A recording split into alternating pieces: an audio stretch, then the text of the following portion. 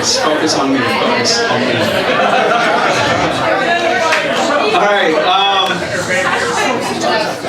This is going to be a really difficult toast for two reasons. The first is my fault. The second is Mike's fault. My problem is that I'm very long-winded. I like to listen to myself talk, and Mike's given me a time limit, 10 minutes. The last toast I gave was August 9th of this year, and it went for 24 minutes. This was in Baltimore, so I'm going to start the clock right now. Okay, so that's going to be a challenge. The second problem is Mike's fault. A good wedding toast, as you know if you've ever seen one, is vicious. It's ruthless. You find the sort of soft underbelly of your opponent and you attack it. And that's what makes it great. And the problem with this toast is that Mike is too damn nice of a guy to do that and feel good about it. You know, some other of my buddies in here have been married before. If you were at Woody's wedding, that was sort of like watching a great white shark go after a seal. Or something like that, just blood and guts everywhere. And if you know Mike, you just don't feel right about that. But I'm a person who has a lot of reverence for the wedding toast. It's a sacred thing, much like marriage. And there are certain rules that have to be followed, and these rules have been passed down from one generation to the next. They were given to man by the wedding toast gods, and who am I to break those rules? So it is with a heavy heart and much regret that I attack Mike Morrell on this toast. So, Michael, Mike, Mish, Skipper, Shooter, Morellionaire, Gladys.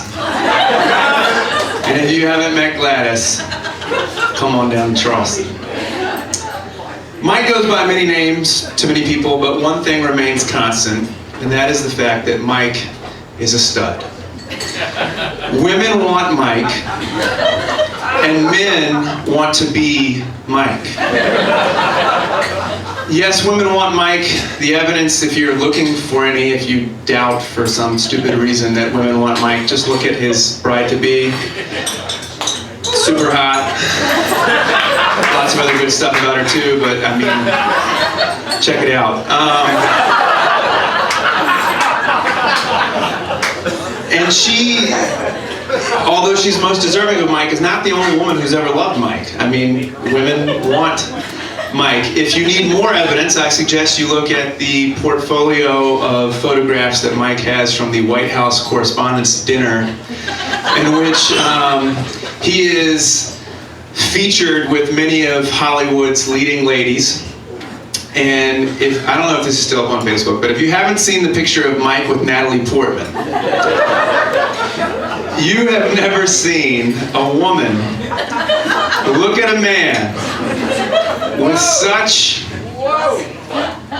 animal lust as Natalie Portman looks at Mike Morrell. Yeah, I'm serious. If you have not, it sounds like if you've seen this picture, hand up. How many people? Okay. Good. All right. If your hand's down right now, go check out this picture when you get home. It's amazing. Men want to be Mike, right? Women want Mike. Men want to be Mike. When it comes to man jobs, right? Jobs that every man would like to have. There's Hugh Hefner's job, which is sort of like at the top. And then there's Mike's job, which is like that much lower than Hugh Hefner's job. Mike's job consists of watching sports and watching sports and going home and watching sports and going out to the bars and watching sports and going to sleep and waking up and reading the sports page, eating a leisurely breakfast, getting to work around 10, talking about sports, like shorts and flip-flops and a wife beater, and then putting together the best damn sports show on television. Yeah.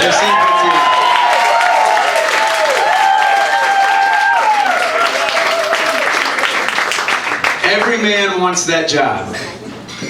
And every man also knows in here that Mike, who's lucky enough to have this job, doesn't even need that job.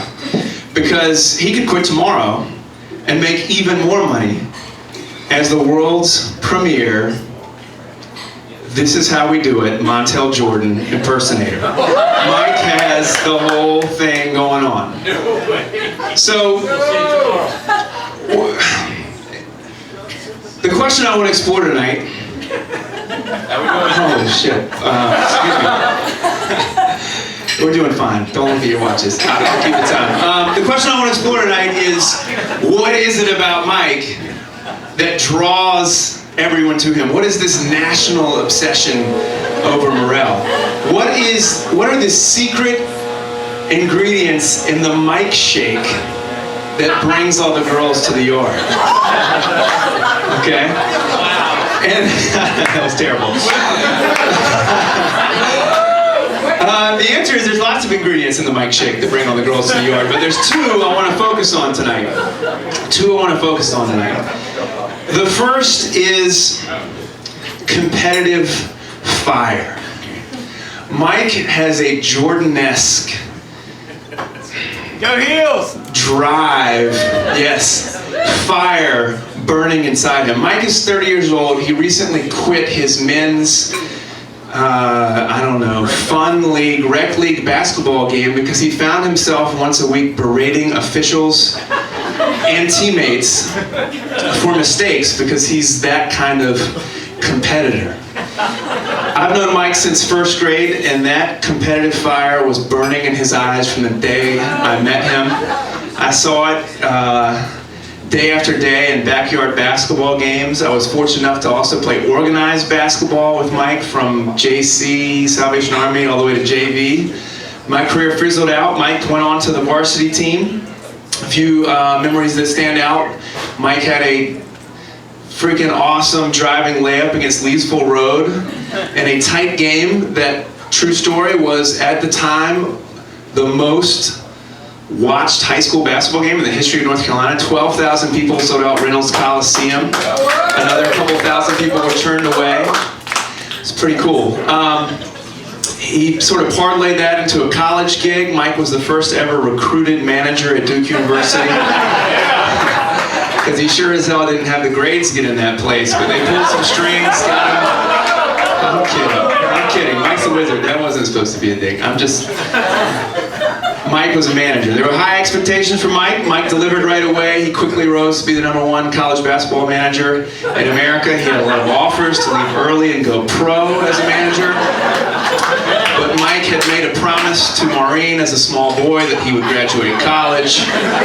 So he stuck it out and graduated. That was not the end of his basketball career, though. As Pat mentioned earlier, Mike then got into coaching, which is sort of a natural progression, player, manager, coach, and took what once was a fledgling Boys and Girls Club 6-year-old team and turned it into a Mid-Atlantic juggernaut.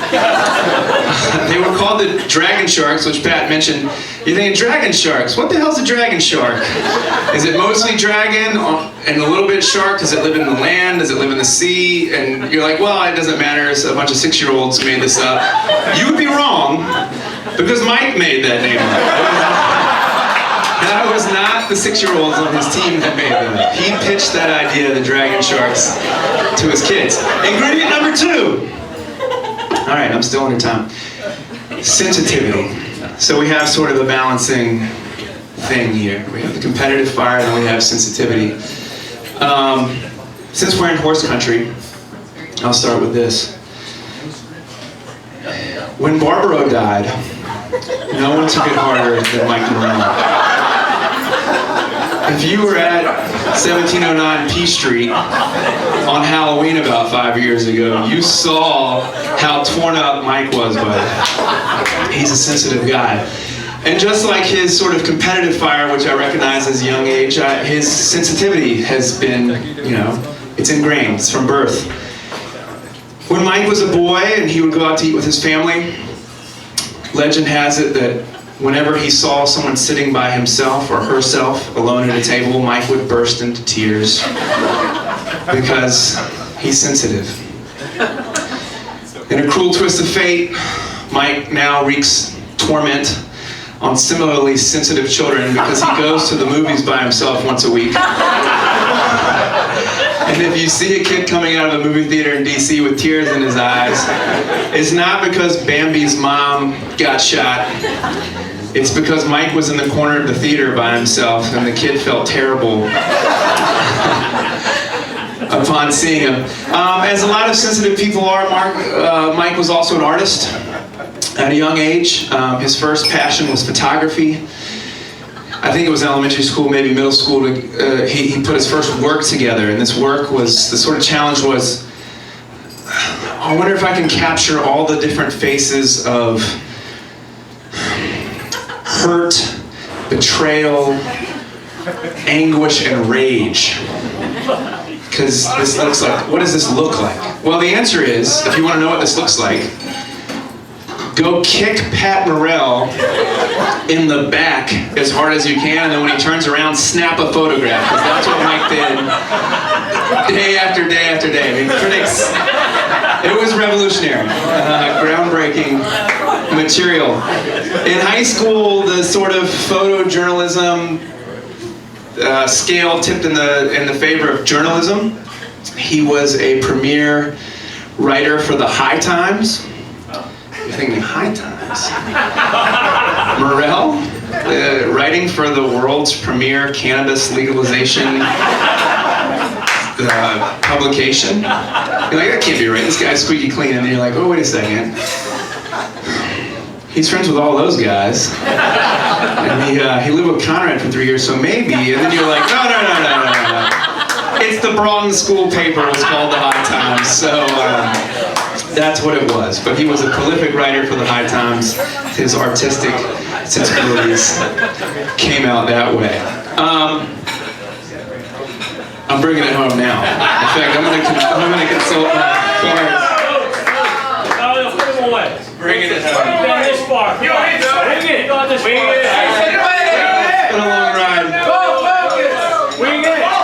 Full focus. Okay, here's what I want to say. I'm going to wrap this up in like 60 seconds. So I've been sort of ripping on Mike a little bit in a very good-hearted, good-natured, hearted, full focus, loving sort of way.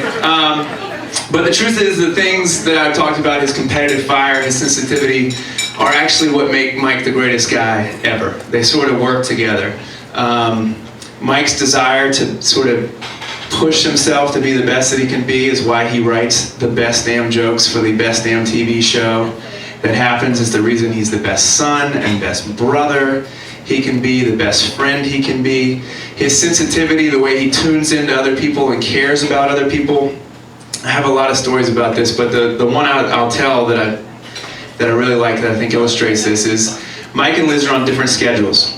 And Mike goes to sleep a couple hours later than Liz. But Liz doesn't sleep well without Mike. So Mike goes in and lays down with Liz until she goes to sleep.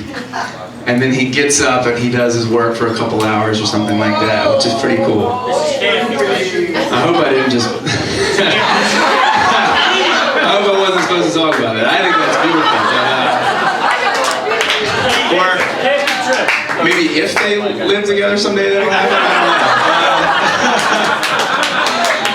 I think it's beautiful. But I just want to say that, Mike, because of your competitive drive and because of your sensitivity and your empathy, you're the best son Rob and Maureen could wish for, the best brother that Pat and Justin can wish for, and the best friend that I could ever wish for. And I think you're going to be the best husband and best father that anyone could ever dream of. So a toast to my best buddy, Morrell.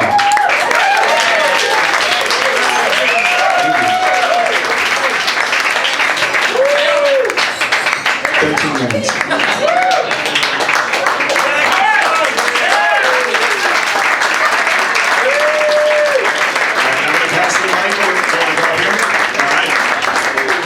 Dragon sharks.